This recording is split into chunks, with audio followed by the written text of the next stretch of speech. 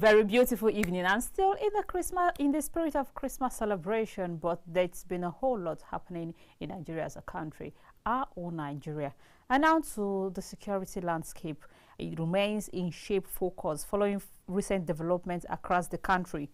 From the tragic bomb incident in Maiduguri, which has once again highlighted the threats posed by insurgency, to the confirmed collaboration between the Nigerian government and the United States in a coordinated airstrike operation. Security remains a top national concern. Now, these events come at a time when President Tinubu, in his Christmas goodwill message, called on Nigerians to remain united, resilient, and hopeful despite ongoing challenges. And today, we examine the joint U.S.-Nigeria military action, its implication for national security, and how it fits into the border fight against terrorism and insecurity in Nigeria. And I will help you read the tweet by President Donald Trump of the United States regarding that airstrike attack. And he said, tonight, at the direction as Commander-in-Chief, the United States launched a powerful and deadly strike against ISIS terrorists come in northwest Nigeria, who have been targeting and viciously killing primarily innocent Christians at levels not seen for many years and even centuries. I have previously warned these terrorists that if they did not stop the slaughtering of Christians, there would be hell to pay. And tonight, the Department of War executed numerous perfect strikes, as only the United States is capable of doing. Under my leadership, our country will not allow radical Islamic terrorism to prosper. May God bless our military, and Merry Christmas to all, including the dead terrorists, of which there will be many more if their slaughter of Christians continues.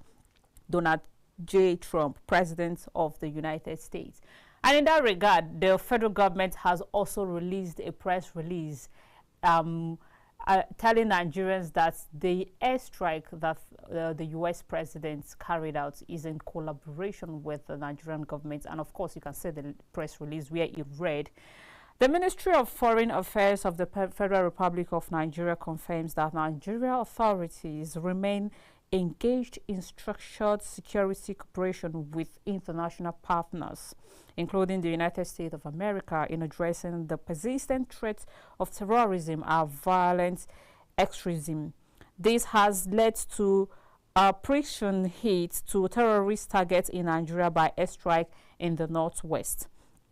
In line with established international practice and bilateral understanding, this cooperation includes the exchange of intelligence, strategic coordination, and other forms of support consistent with international law, mutual respect for sovereignty, and shared commitment to regional and global security. Nigeria reiterates that all counterterrorism efforts are guided by the primacy of protecting civilian lives, safeguarding national unity, and upholding the rights and dignity of all citizens, irrespective of faith or ethnicity. Terrorist violence in any form, whether directed at Christians, Muslims, or other communities, remain an affront to Nigerian values and international peace and security.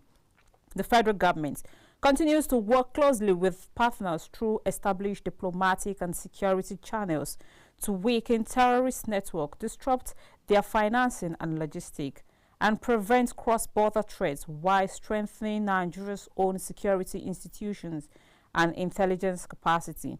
The Ministry of Foreign Affairs will continue to engage relevant partners and keep the public informed through appropriate official channels. Now, that was from the federal government of Nigeria. And that's where we'll be joining our with this evening. The U.S. airstrike in Sokoto State. We'll go on this short break, and when we return, our guest will help us digest all of this. Do stay with us.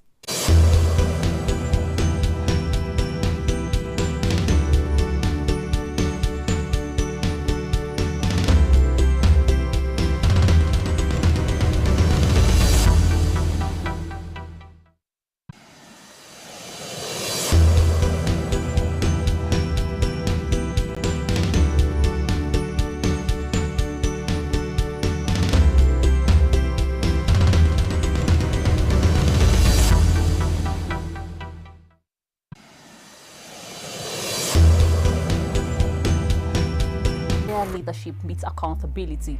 This is where your voice is heard.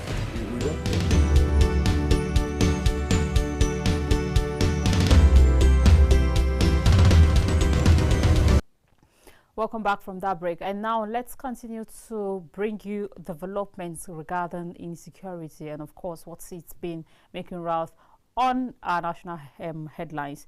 I'm being joined by Fiso Sanusi Ibrahim, who is a social justice critic. He joined me via Zoom from Jos. A very good evening, and thank you for joining me on the program today. If you can hear me, Ibrahim.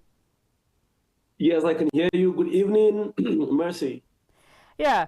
Thank you so much indeed for joining us. Now, federal government has come out to confirm its collaboration with the U.S. government to tackle insecurity. And I'm asking, is this the miracle we've been praying and expecting? Yes, we are all happy that the federal government are now collaborating with the United States to tackle insecurity, because it is obvious that the issue of insecurity have somehow overpowered our own federal government. So it was obvious that they needed help. I made a video some times ago on my TikTok and I said, you need help, call for it. And then we're very happy. Now they're beginning to collaborate with the United States, of which, they have superior firepower to come in and also deal with these bloodthirsty demons that are making lives unbearable for us. So it's a welcome development. Now, how does this collaboration fit into Nigeria's border counter-terrorism?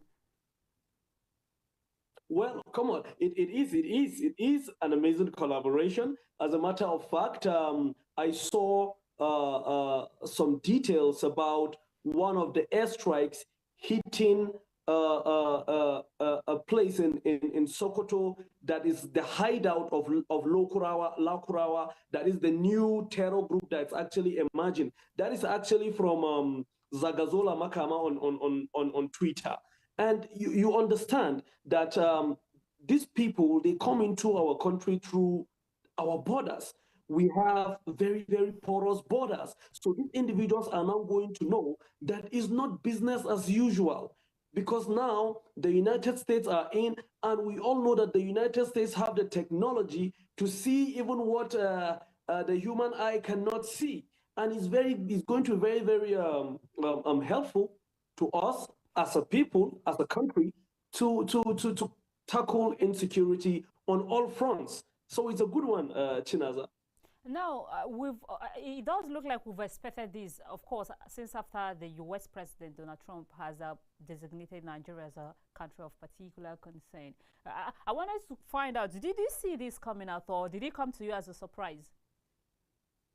No, it actually came to me as a surprise, because and the fact that it happened on a 25th December, Christmas, during celebration. Yes. Now, the fact that it happened on 25th December did not come as a surprise to me. But the fact that it happened actually came as a surprise. I made a video on the 24th of November crying that why would a suicide bomber go into a mosque in Maiduguri to detonate and also and kill people in the mosque. So the fact that these terror mongers do not have a date to strike, there shouldn't be a date that is going to be suitable for them to be wiped out. So on the 25th, I would say yes, Santa Trump gave them some good bombs for Christmas.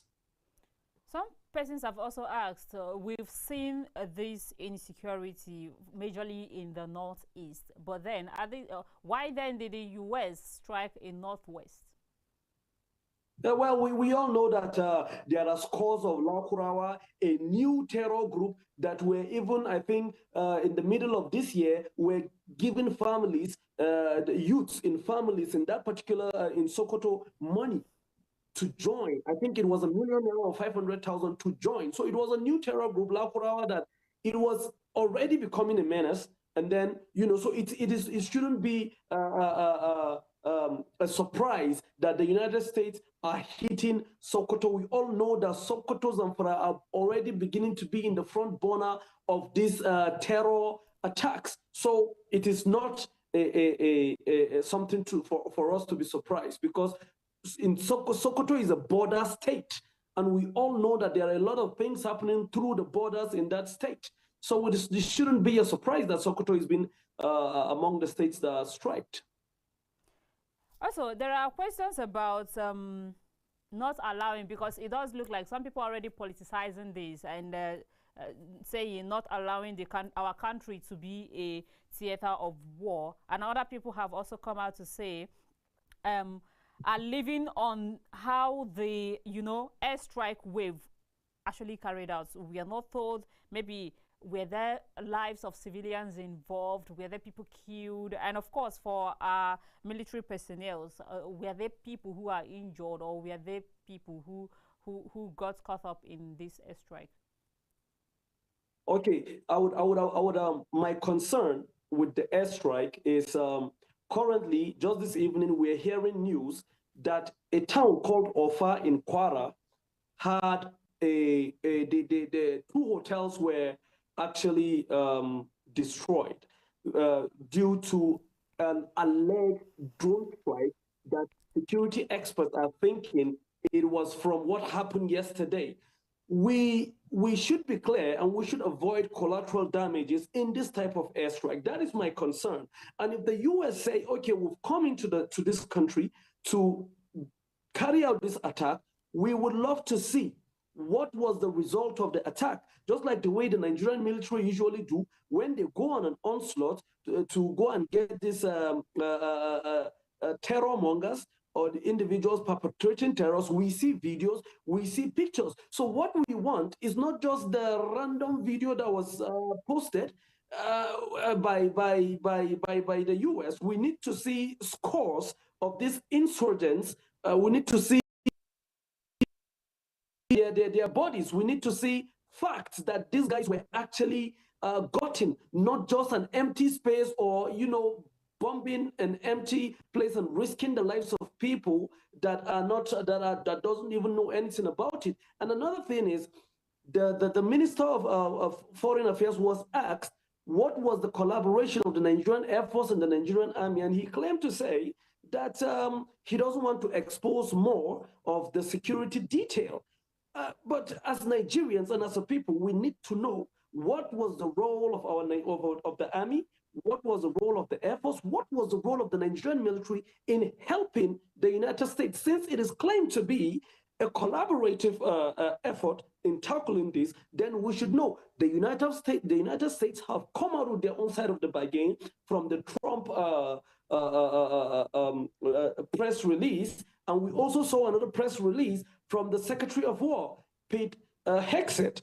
We need to see something from the Nigerian military and the Nigerian defense. What was their own role? Because as a people, we are deserving to hear and understand what was the role of the Nigerian military in this particular attack. So they should avoid collateral damage. Until this moment, we don't know who threw the bombs in Kwara. So this is a $1 million question. Now, seeing the involvement of the Nigerian government in this, some people are already beginning to say, oh, this does not longer look like, Christian genocide. Now, in this picture, when you look at it, you see that this has, it's not targeting any religion, whether Muslim or Christian. What is your take in that? Yes, you see, it is obvious. On the 24th, someone entered a mosque and detonated a bomb. Muslims affected. I saw a video of the individuals that were abducted in the church in I think Kwara, or is it Kogi? Christians, right? Now, Northwest Nigeria is predominantly Muslims. Sokoto is known as the seat of the caliphate, is seen as the seat of Islam. So now Sokoto is being hit. And if there is any individual that is going to be affected by that, let's say peradventure there are collateral damages, they are going to be Muslims. So now it is known to the world that it is not a Christian genocide. It is a genocide on all religions. It is a genocide on humanity. Every religion is being affected. Even the traditional worshippers are being affected because the bushes that they usually go to worship the gods is not safe anymore. So now everybody is affected by this terror. So yes, it is now clear that it's not a Christian genocide as it's been painted, but it is a genocide against humanity and every religion and tribe in Nigeria. According to the US president's tweet, it does look like this is not just a one-off thing. It's going to be a continuous process, like he has warned that if the terrorists do not retrace their steps, they would be coming for them more. What do you make out of that? And again, I listened Okay. to the Minister of Foreign Affairs. You know, it's glad to know that the Lehi law has been lifted from Nigeria. So at this point, Nigerians can now purchase arms from the US and, of course, others. But then we are looking at also the financial constraint, which he mentioned. Now, do you first question? Do you see this as a continuous process or just a one-off thing? And now, what do you make out of the Leah law that has been lifted on Nigerians?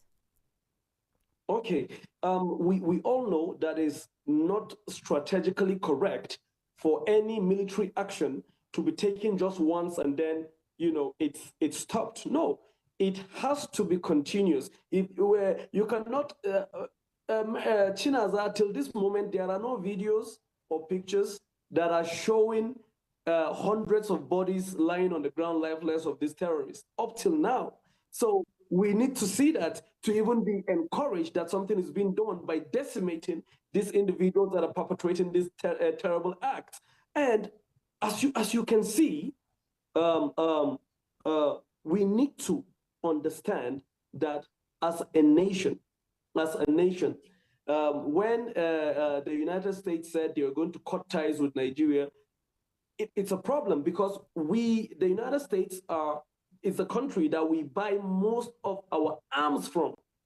Most of our arms, the fighter jets and all that. So taking off that particular ban is going to help our military. And I'm very sure the military, they should be excited, though we are seeing homemade rifles from the DICON. We are seeing homemade rifles, and we are happy that at least Nigeria, as the most populous black nation, at least we are trying to produce something that is ours. So that's going to reduce the pressure on going elsewhere to go and get stuff. But then, at the level at which we are pushing right now, we definitely have to be happy that the ban has been lifted, because we do not have the weaponry that is going to fight these terrorists, because these terrorists are coming in with superpowers. They are coming in with high-level machineries. Our military are seeing it and they're saying it, right? And also, President Donald Trump, if the military is going to start this, just one action and that's all, then it is not correct. It is not right. So this should not stop, and they should make sure that they're going to avoid collateral damages, and also the lives of innocent civilians should be spared. The individuals that are supposed to be seen lying lifeless are the terrorists, because there is no room for negotiations with these bloodthirsty demons. I will say it again and again. It should continue. Now, while we wait for the situation to unfold, seeing pictures of these terrorists that are being killed or attacked, if this is going to be a continuous process, what would you, or how would you advise the protection of lives and the protection of civilians? Because clearly it's looking like it's going to continue on, and we're going to see more of this in the next coming days or weeks. Yeah. Now the thing is, this terrorists, just like the way they operate everywhere in the world, because now this attack, this airstrike is going to wake them up, and they're now going to start looking for alternative means of how to protect themselves. And what terrorists usually do all over the world is they use civilians as human shields. That's what they do. They use civilians as human shields. So now the US needs to collaborate very well with the Nigerian military in order to understand, because the United States cannot know our perimeters better than us. So there needs to be a very good collaboration that is going to spare the lives of civilians, though it is said that it is difficult to avoid collateral damages when it comes to this type of strikes. But then, even if there should be, it should be very, very, very minimal. Minimal. That's my advice. Okay, Yes. should we be worried or concerned about Nigerian? Should we be worried as Nigerians regarding the foreign military collaboration that we are now seeing between the Nigerian government and the U.S.? You know, if it's going to be transparent, there is nothing to be worried about. We all know that so many countries have their own, negative part to say about the U.S. involvement in their security architecture. But we are hoping that if transparency is going to be upheld, then automatically I'm not going to be worried. But then now, looking at what happened in Kwara, I mean, if a bomb should be dropped in Kwara, in in a place where civilians are, up till now we don't know what is the extent of the damage or as far as casualties for now. That is a blunder. That is a blunder because the video is going on everywhere. We could see the bomb, the something like a missile, something that looks like a missile. It's a terrible error, and that should be looked into, because what does that have to do with Sokoto? Sokoto is I think 500 kilometers away from Kwara. So these are the things that needs to be clear, before we continue to collaborate with the U.S. in defending the territorial integrity of our country. Now, let's talk about some criticism that we've seen so far. Gumi has come out to criticize the U.S. airstrike in Nigeria, and he's also calling for alternative partners. What do you think now? Why this seems to be a good news for a lot of Nigerians? It seems to be good news, and we're also seeing people like Gumi who are coming out to say that, oh, there should be another alternative. This is not safe for Nigeria. What do you make out of that? Well, as far as Gumi, I've advised Gumi in a video on my TikTok to stop commenting. Yes, he should stop commenting, because already there is a way in which Nigerians see him. They see him as a bandit apologist. They see him as an individual that is pushing for negotiation with terrorists, of which we as a people are collectively against. So anything that is going to come from Gumi is going to be seen it will be seen on the negative light. It's not going to be seen on the positive light. Right? So I would advise Gumi to stop commenting, because right now, had it been it's another person that made that comment, you would have actually tried to look at it from a dimension. But because it is Gumi, we are not going to look at it from a different dimension. We're going to see somebody whom is a bandit's apologist, and also someone whom is clamoring for negotiation. So by default, we are going to see Gumi now trying to say, okay, please, let these people let's do it the non-kinetic way, and let's let peace prevail, just like what he has always been pushing for. So I am not going to say, okay, looking for alternative partners. Who are going to be the alternative partners? Is it France? Because you have to look at it, you need to have a country that has the firepower to combat this individual. So who are you going to look for as alternative partners? So I'm advising Gumi, if he has suggestion of alternative partners, he should mention them, so that he's not just going to make a statement, make a specific statement, say, go and get so country to be partners, and then there should be a non-kinetic way in addressing such type of issues. So that's all I have to say about that statement. All right. Thank you so much, Ibrahim. It's been wonderful speaking with you. Thank you for your time. Thank you very much, Inaz. I appreciate you. Yeah. As Nigeria's fight against insecurity continues to evolve, with collaboration, strategy, and leadership playing critical roles, while joint military efforts such as the Nigerian-US airstrike signal a strong stance against terrorism, the safety of citizens and long-term peace must remain the ultimate goal. As President Tinubu emphasized in his Christmas message, unity and collective resolve are essential in overcoming these challenges. And this is where we'll have to leave the program for today. We'll bring you more of the development as it unfolds, but before then, keep watching KAFTAN television. And like they will always say, security is everybody's business. When you see something, report to the relevant authorities. Until I come your way some other time next week, I am Chinaza Asif. Will continue to watch KAFTAN television, and of course, happy Boxing Day. Enjoy your holiday.